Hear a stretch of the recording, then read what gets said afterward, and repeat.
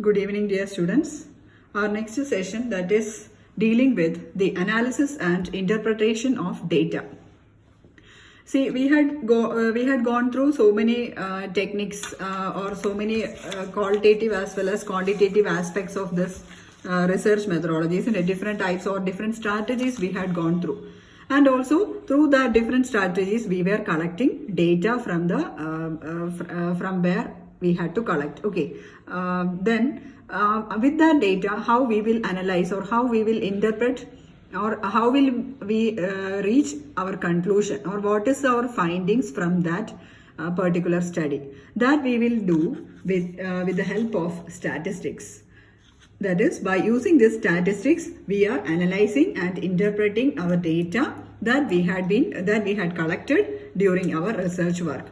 Whether it is a scientific or whether it is a scientific research or a humanities science research, okay, humanities research or social science research. So here, while dealing with this analysis and interpretation, we will be using so many statistical methods. And those statistical techniques which will be suited to that particular research work that we will be applying here. Okay. So first of all, we have to go through the definition for statistics. It is a body of mathematical techniques for gathering, organizing, and analyzing and interpreting numerical data. Okay, statistics means it is a body of mathematical techniques, and in this statistical techniques, it will be helping in analyzing and interpreting the numerical data. Numerical data means it is the numbers. Okay. And also the statistics, it is used to describe the numerical data gathered. That is what data we had collected. The data we had collected, we had to, sometimes it is in the yes or no form. Then we have to convert it into some data or we have to convert it into some number. That is, for yes it is 1 and for no it is 0. If it is a question, okay, if it is a questionnaire, then some yes or no questions are there, then we have to, then the answers will be marked as yes or no. Then for yes we will be marking it as 1 and for no it will be marking it as 0. Okay, then we have to analyze that particular data. And also that analysis or which statistical technique to be employed, it depends upon our research work. Okay, that is, it depends on the objective of our study. That particular research work, it depends on the particular statistical technique that depends on the research work. Okay, sometimes see if our research work, it is a comparison between two groups. Okay. For social sciences, I am saying, for science, it is only lab experiment. For social sciences, sometimes it is a comparison between boys and girls of a particular class. Okay, so there we have to find whether any significant difference between a particular characteristic of that particular boys or girls, that is some handwriting. We have to find out any significant difference between the handwriting of boys and girls. Okay, normally if we are subjective, we can say that normally girls will be having a very good handwriting than boys. Some of you might not agree with me, but even then I am saying a general statement regarding that particular matter. So my objective in my study, one of my objective is that girls, or there is no significant difference. If I am not subjective, that means not subjective means I will not have any bias towards girls or boys. Okay, so then I will be writing a hypothesis like this. Hypothesis means it is a tentative solution or it is a tentative statement. So here I am writing a hypothesis as there is no significant difference. There is no significant difference between the handwriting between the boys and girls, in their handwriting. Okay, so this is a statement or this is a hypothesis I am writing, and I have to prove whether this particular statement is right or not. Okay, so I am comparing boys and girls in their handwriting. And also see here there is no significant difference. That is the statement I had written. So here I am not subjective or I am not biased to boys or girls. Okay, that is why I had written it as there is no significant difference. And also see here for such a comparison we will be using some statistical techniques.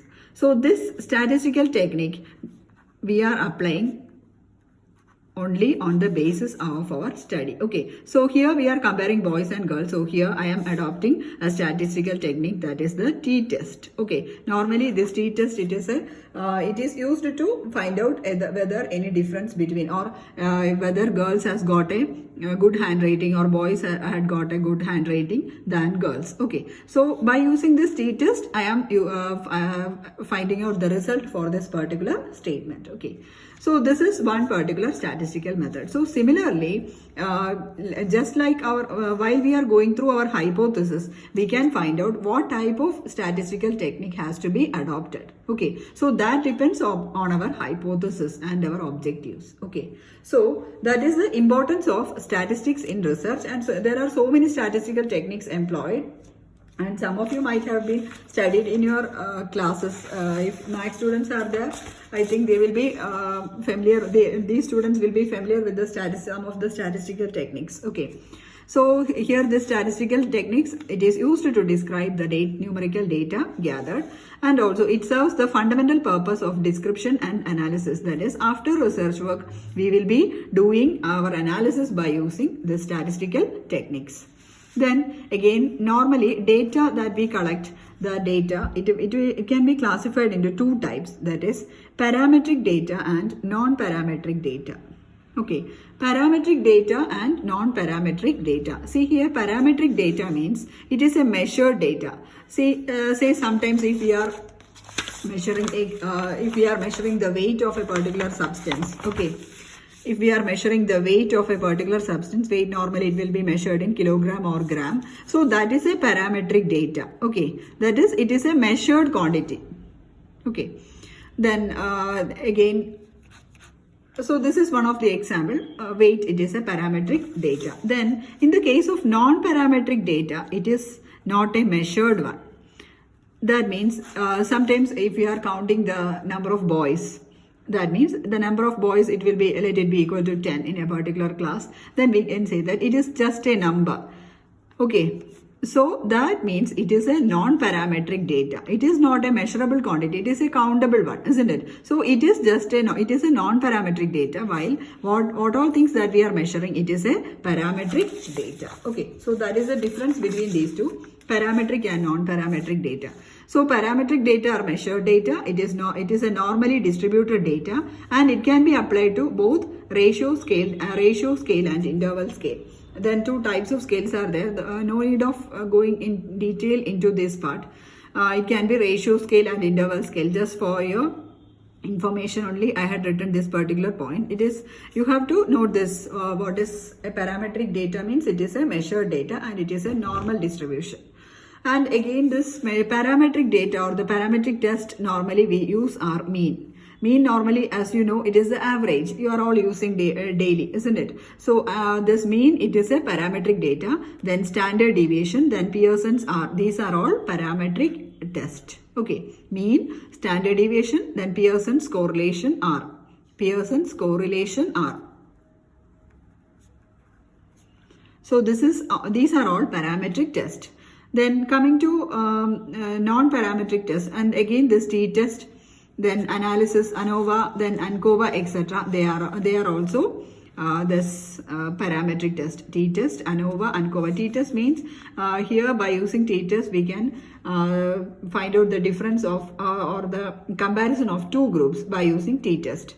If more than two groups are there, whether we are comparing on the basis of religion, say Christian, Hindu, Muslim, then three communities are there or three religions are there, then we can say that suppose we are doing a research work in that area.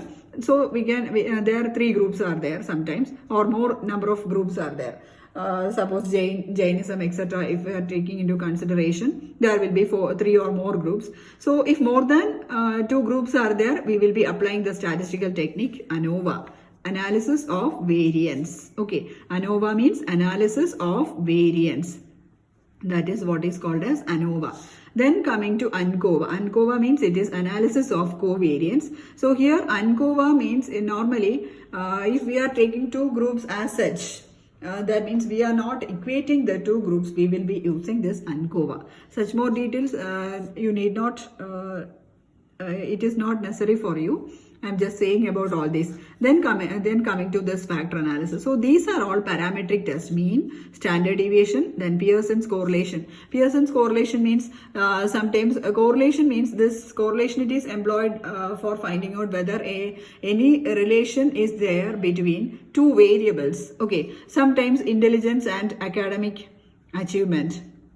Intelligence and academic achievement. Is there any relation between intelligence and academic achievement? Okay, so in such cases, in such type of hypothesis, we will be employing this correlation.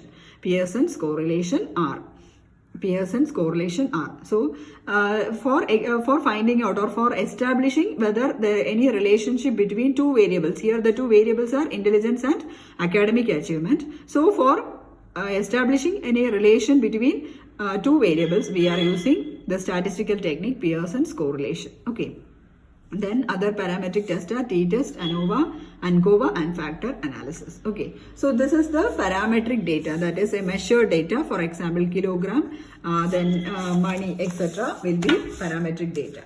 Then coming to non-parametric data, it is either counted or ranked.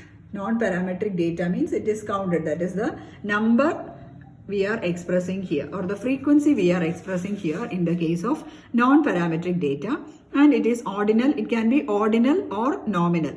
Ordinal means ranked. Sometimes in your classrooms, in school classes, etc., there will be rank, isn't it? Nowadays it is not there. That particular system is not there. But in previous years, there was a ranking system, and the students will be ranked based on their academic achievement, right? So starting from 1, the ranks will be there. So that is an ordinal data giving ranks. Then a nominal data means it is a counted or it is the number there. If a total number of students, like that, it is a nominal data. Okay, so this is about the non-parametric data. Then coming to the statistical measures. Statistical measures means it is used in describing and analyzing data in a meaningful way. Okay, statistical measures means it will be helping and it will be helping in analyzing the data in a meaningful manner. That is, by applying statistics, we are modifying the we are modifying the data that we had got, and that data we are converting it into numbers. Then we are applying some statistical techniques there, and using that statistical techniques or that statistical calculation, we will be arriving at some values, and using that values, we will be reaching some conclusion or we will be generalizing to a particular statement. Okay, so that is the application of the statistical techniques, and so many statistical measures are there. The first one, that is the measures of central tendency. You might have been studied in your school classes, right? So first one, that is the measure of central tendency. That is, the three measures of central tendency are mean, median and mode. Okay, the three measures of central tendency are mean, median and mode. Then coming to the measures of spread or dispersion, it is range, variance and standard deviation. Measures of spread or dispersion. All these are coming in detail. So measures of spread or dispersion means the three measures are range, variance and standard deviation. Then measures of relative position, that is calculated by this coefficient of correlation, that is the Pearson's product moment correlation R. Pearson's product moment correlation.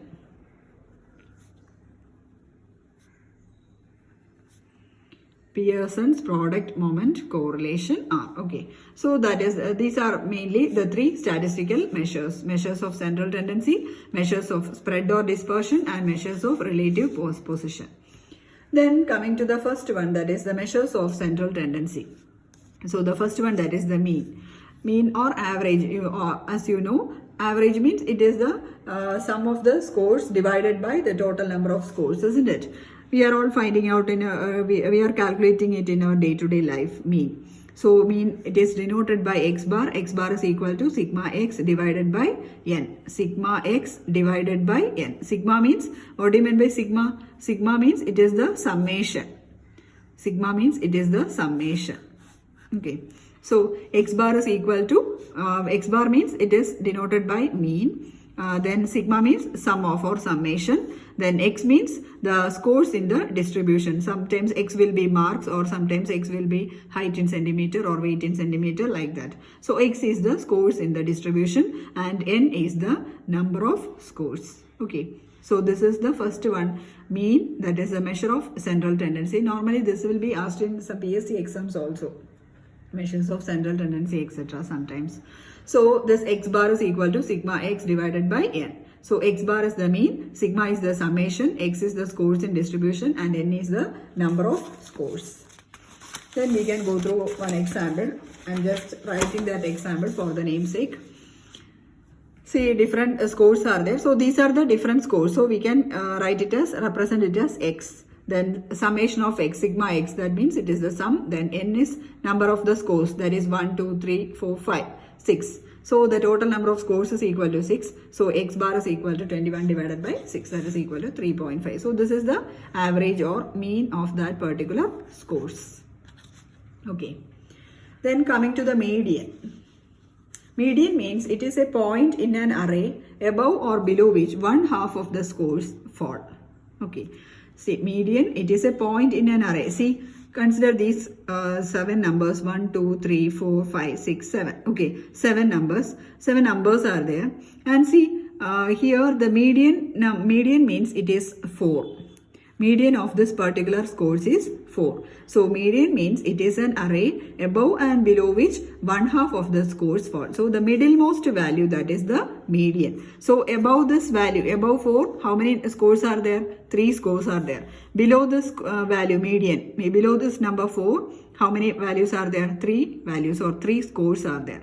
So here median, it is the middlemost value of that particular number. So this is the case of an odd set of scores, isn't it? See, here 7 numbers are there or 7 scores are there. So it is an odd set. So we can easily find out the middle one, right? Isn't it? So we can easily find the middle one, and the middle one is the median, and those scores which are above the median, and half of the scores will be above the median and half of them will be below the median. So that is the median. So the definition for median is that it is a point in an array above or below which one half of the scores fall. Hope you are clear up to this. Then the next one, for even scores. Suppose it is an even score, say the total number of scores is 6.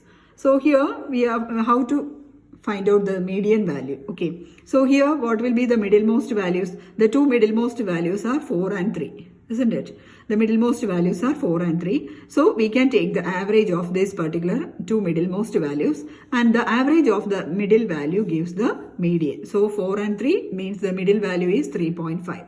So median for this even score is 3.5, and above this 3.5, 3 scores are there, and below this 3.5, 3 scores are there.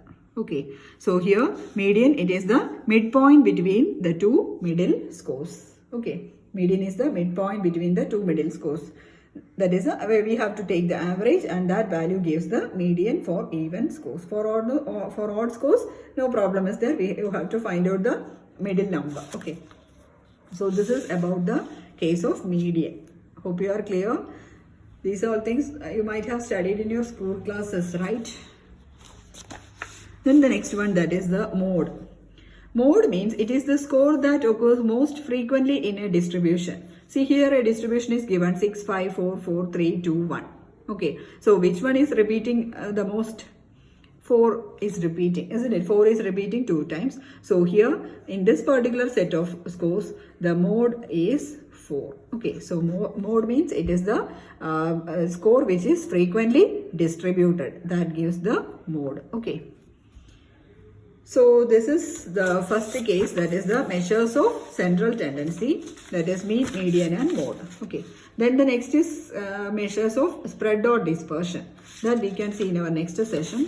So hope you are clear with this analysis and interpretation. So you have to study some of the fundamentals of the statistics. I am going through some only very minute details, only the fundamentals only I am going through. So you have to study what do you mean by a statistics. Then what are the two types of data, parametric and non-parametric. Parametric means it is a measured data, while non-parametric it is a counted data. Okay. And parametric means it has got a ratio and interval scale, while non-parametric means it has got an ordinal and nominal scale. Ordinal scale means it is a ranked scale, and nominal scale means it is a counted one. Then coming to the statistical measures, different measures of central tendency, mean, median and mode, measures of spread or dispersion, that is range, variance and standard deviation, then measures of relative position, that is the coefficient of correlation R.